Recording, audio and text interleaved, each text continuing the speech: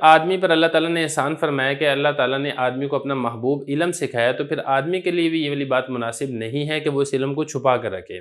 بلکہ اس پر دو باتیں لازم ہیں۔ ایک تو یہ کہ وہ اس علم پر عمل کرے، دوسرا یہ کہ وہ اس علم کی آگے نشر و اشاعت کرے، اس کے آگے ترویج کرے، لوگوں کو سکھائے۔ اگر تو وہ ایسا کر رہا ہے پھر تو وہ علم سے فائدہ اٹھانے والا ہے،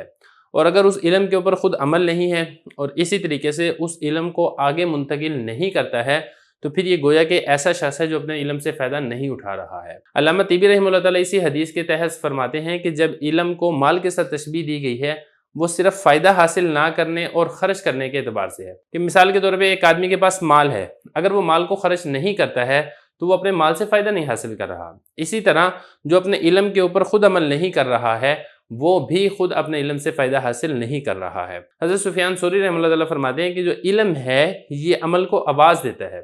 کہ جو شخص مجھ پر عمل کرے گا تو میں باقی رہوں گا، اور جو مجھ پر عمل نہیں کرے گا تو میں چلا جاؤں گا۔ خلاصہ اس حدیث کا یہ نکلا ہے کہ جب صاحب علم کو اللہ تعالیٰ نے علم عطا کیا ہے تو اسے چاہیے کہ اس علم پر خود بھی عمل کرے اور دوسروں تک اس علم کو بھی پہنچائے۔ اور اسی طریقے سے اگر آپ کو اللہ تعالیٰ نے مال دیا ہے تو اس مال کو راہ خدا کے اندر خرچ کریں، جو مصارف ہیں ضرورت مند ہے ان کو دیں، مدارس کو دیں، مساجد پہ خرچ کریں،